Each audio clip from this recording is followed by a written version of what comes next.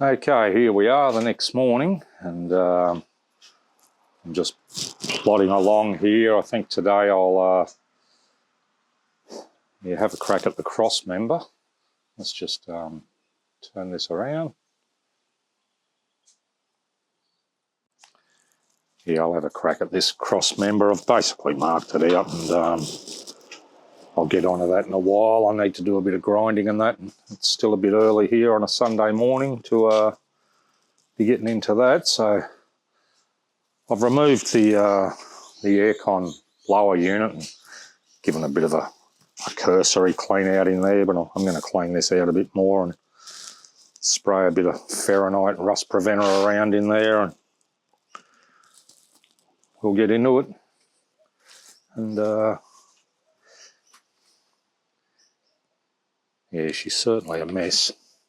That aircon heater unit was absolutely packed full of mud. I've given it a clean out, but that'll be coming out anyway and getting modified. So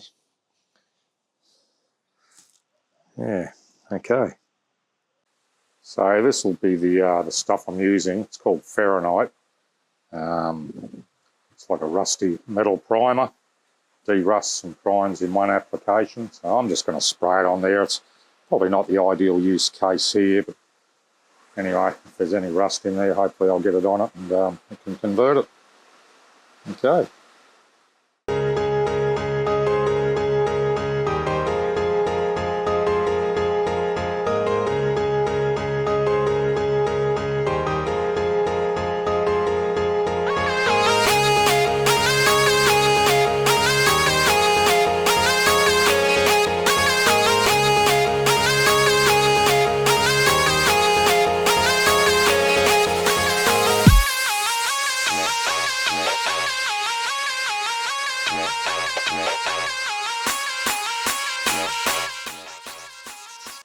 Well, we'll give that a little bit of time to dry and have a look at it.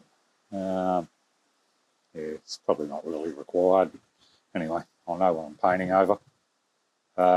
It's an absolute shit day in Perth today here. It's bloody pissing down rain, so I don't know how much I'm going to do. I may get onto this cross member here and see how we go. Hey, you bubble? You bubbly boy?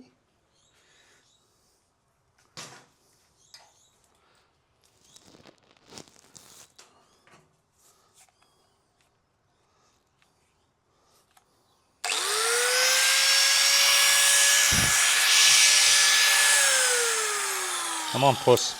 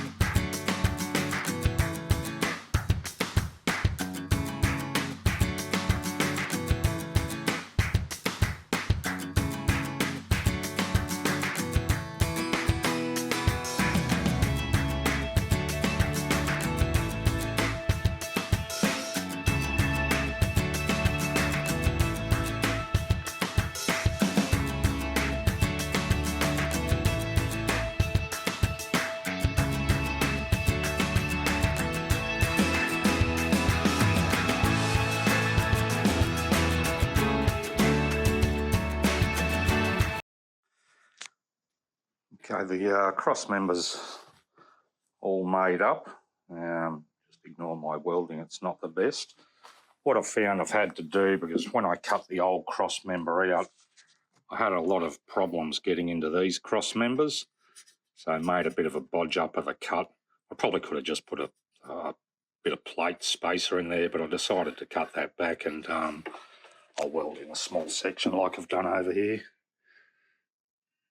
Yeah, so we're getting there, slowly but surely. Hopefully it all lines up where it's supposed to. I'm pretty confident that it will. Okay, let's cut another piece to fit in there.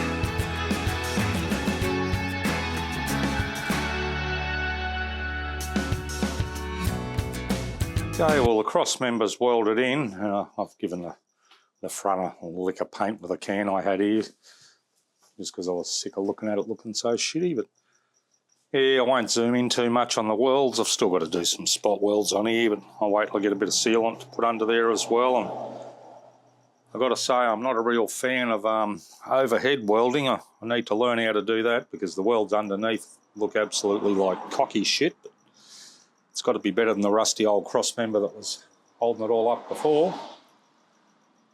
So yeah, I'm not sure what I'll do next. I might get inside and start pulling this heater core and stuff out, I think. And yeah, bit by bit, step by step.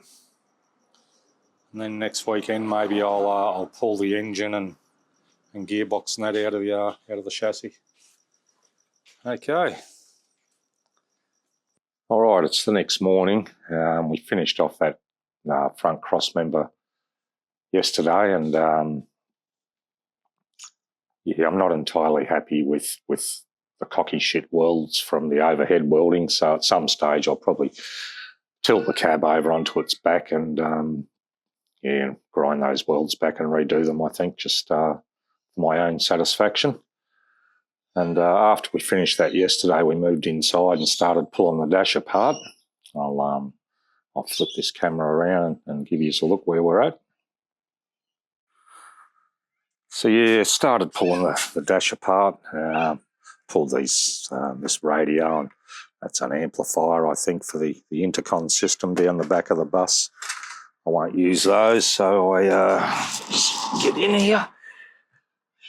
Yeah, I'll probably make up a new fascia or something for this dash, I think, and change out the gauges at some stage, whether I stick with the VDO or modernise it a bit with something like JRP gauges, something like that.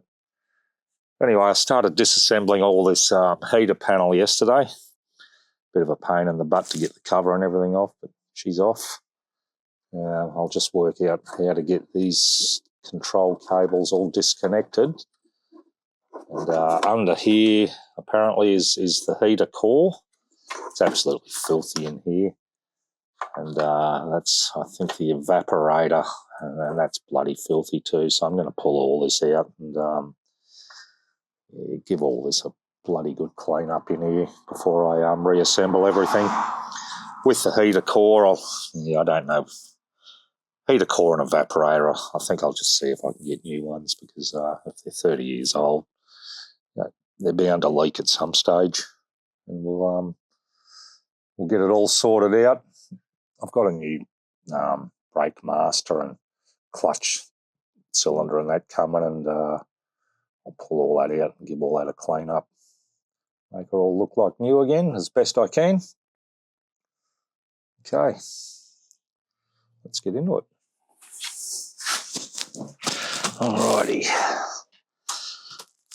let's have a look in here. What I'll do first, I'll mark where these cables go, so it makes it a bit easier to put together.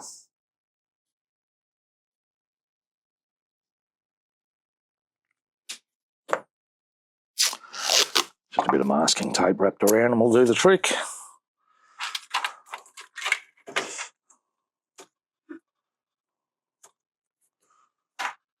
Okay, to the flap. Pretty sure that one's down to the heater.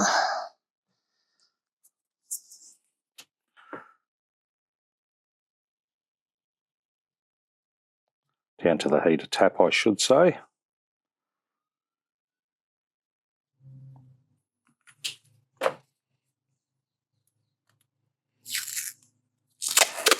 So this is probably all going to take a little bit of time.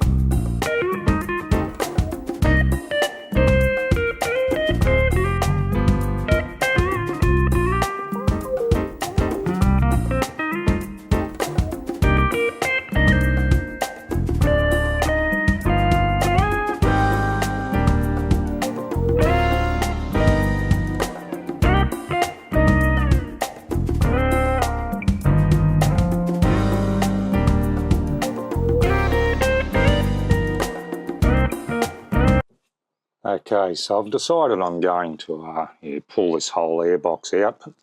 As usual, everything ochre, it's a lot harder and slower going. All these little bolts down here are through nut certs, and every single one of them spinning, corroded on there. So I'll dick around for a while and I'll get my Dremel out and cut those nut certs off from underneath. Yep. Okay. Okay, well, I've got the airbox out. As usual on the ochre, everything's a lot more difficult. I'm glad I've taken this out because she's all bloody wet in there, and obviously something's leaking somewhere. Working out how it all goes back in again will be the difficult part. I'll just pull that little thermostat or whatever it is out. All those cables are disconnected. It was easier to disconnect the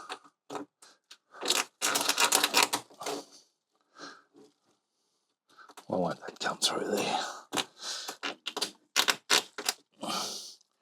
Nothing that a screwdriver won't fix.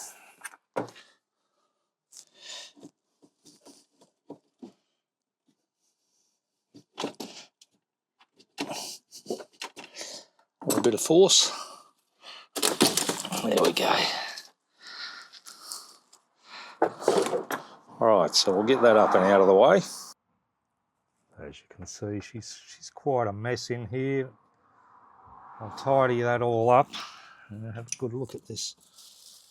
Yeah, look at the corrosion in there. I'm going to cut all that out. I'll weld a new bloody plate in there, I think. That one is rooted.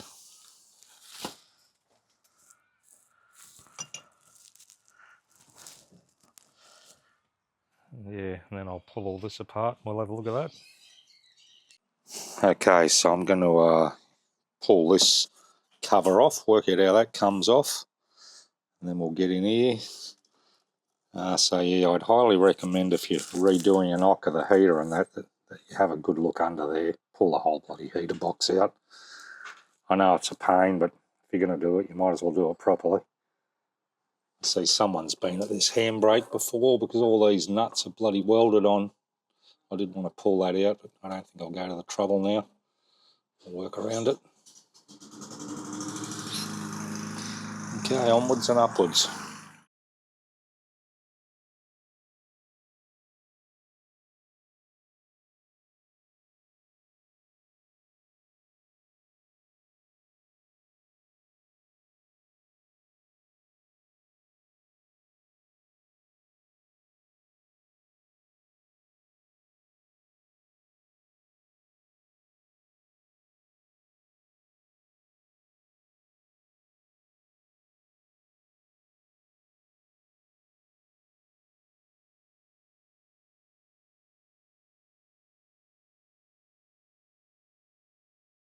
So what I've ended up doing now that I've got most of the stuff out of my way, I was going to pull this whole section out, but yeah, it's a bit of a pain. You've virtually got to take the whole dash out to get that. So I've just cut the corroded piece out, and I'll don't look at my not too straight cutting there, but it'll do the job. And I'm just going to put a piece of gal in there. That'll do. Seal it in with a bit of Sikaflex and a few rivets.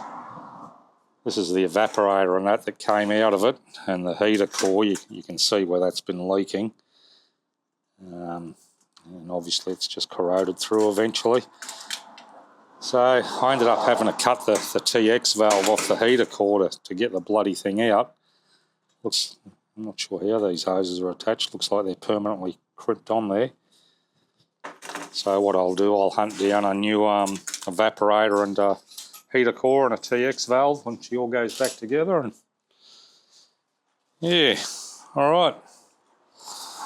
I've pulled a few things out, given them a clean up. So we remember where everything goes when we put it back together. And I also forgot to mention I pulled the whole instrument panel out. Took me a while to work out how to undo a couple of bloody clips. Whoever designs these electrical clips must be a sadist, I think, because every one of them is different. Yeah, that'll give me a bit more access in here anyway when I replace all these hoses and master cylinder and whatnot. All very easy to get into now. I ran out of gal primer, so I've just used a bit of metal shield on that. That'll do the job, and I'll put a bit of Sikaflex under this plate.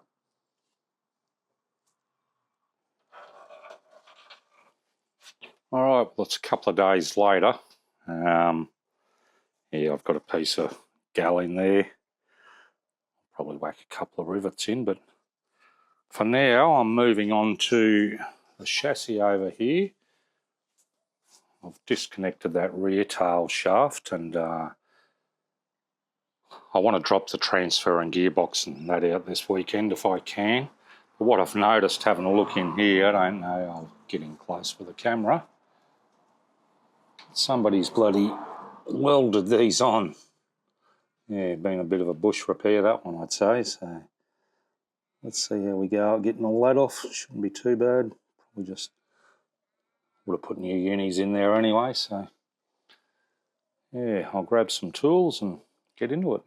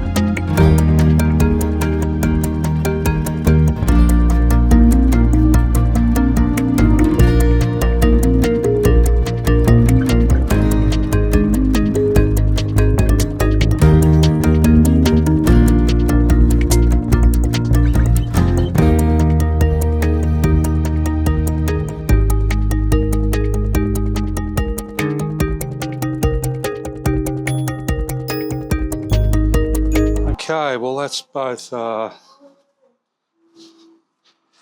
tail shafts disconnected. Neighbours are annoying me with a bit of music over there.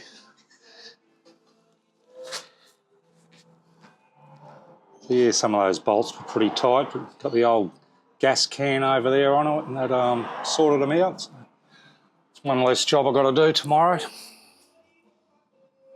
Okay, so this is where we're at. I've spent the morning pulling out cables and bloody wiring and fuel lines, and finished off pulling out the I pulled all the drive shafts right out over there, and now I'm about to drop this transfer case down, but I should go and grab a couple of straps. Really, I'm just using a chain there, but anyway, we'll see what happens. I don't really care too much if I drop it, but I'll try not to. Okay.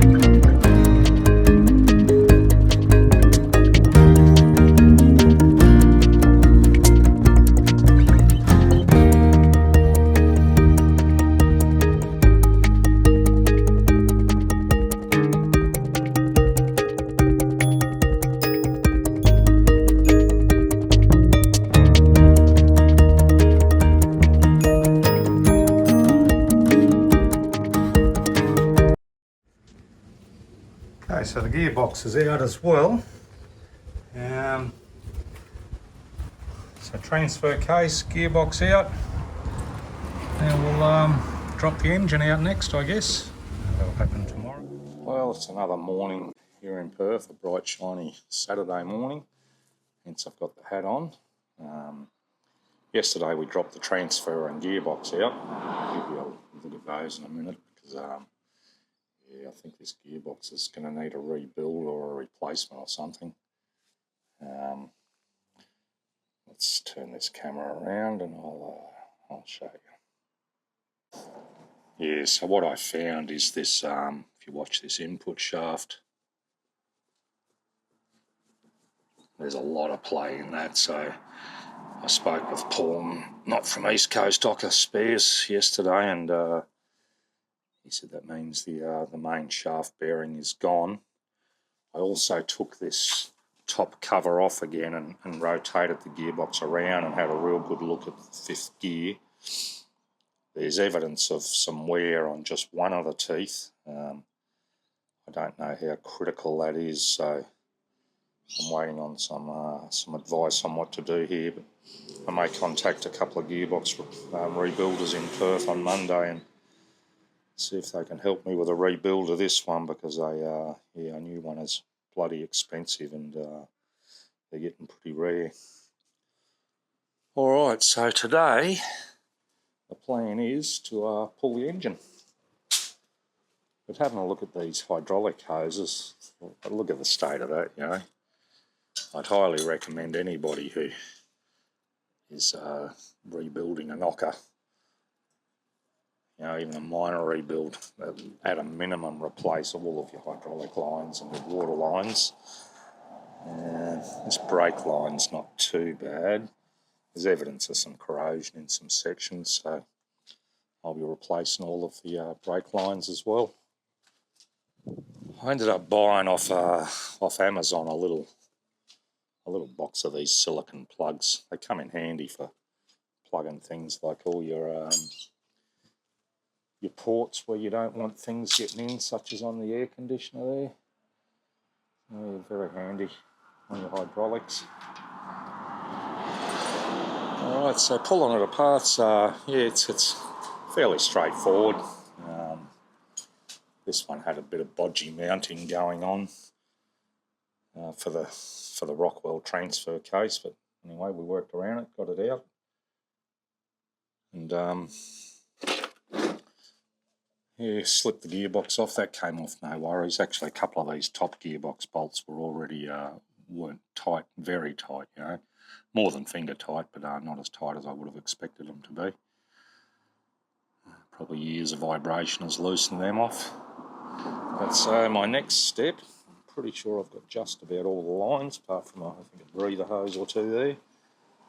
I'll have a crack at disconnecting this bloody downpipe here on the exhaust, and maybe take that air conditioner out so I can access the engine mount bolt down in there. Then we should be good to go. I've wheeled it out of the shed a bit, so I've got a bit of clearance for the crane. Okay, I'll put this on time lapse and join me for the ride.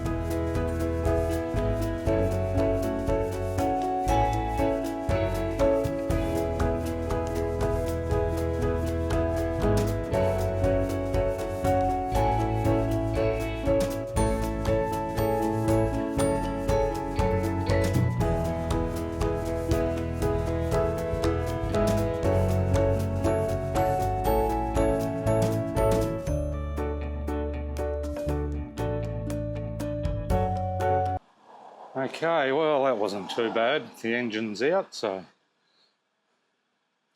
we can yeah, get rid of that piece of shit somewhere. Next job I think will be tomorrow, because the grand final's about to start here. Brisbane Lions versus the Geelong Cats. Go the Lions, being an ex-Brizzy boy. But tomorrow I think I'll drain the fuel out of these tanks. God knows how long that's been in there.